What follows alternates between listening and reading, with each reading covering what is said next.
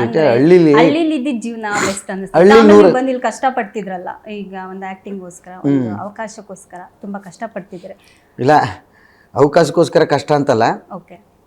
ಹಳ್ಳಿ ಬಿಟ್ಟು ಬಂದೆ. ಆಮೇಲೆ ನಮ್ಮ ಕರ್ನಾಟಕ ರಕ್ಷಣಾ ವೇದಿಕೆ ಟಿ.ಎ. ನಾರಾಯಣಗೌಡ್ರ ಹತ್ರ ಅವ್ರ ಆಫೀಸಲ್ಲಿ ಆಫೀಸ್ ಬಾಯ್ ಆಗಿ ಸೇರಿಕೊಂಡೆ.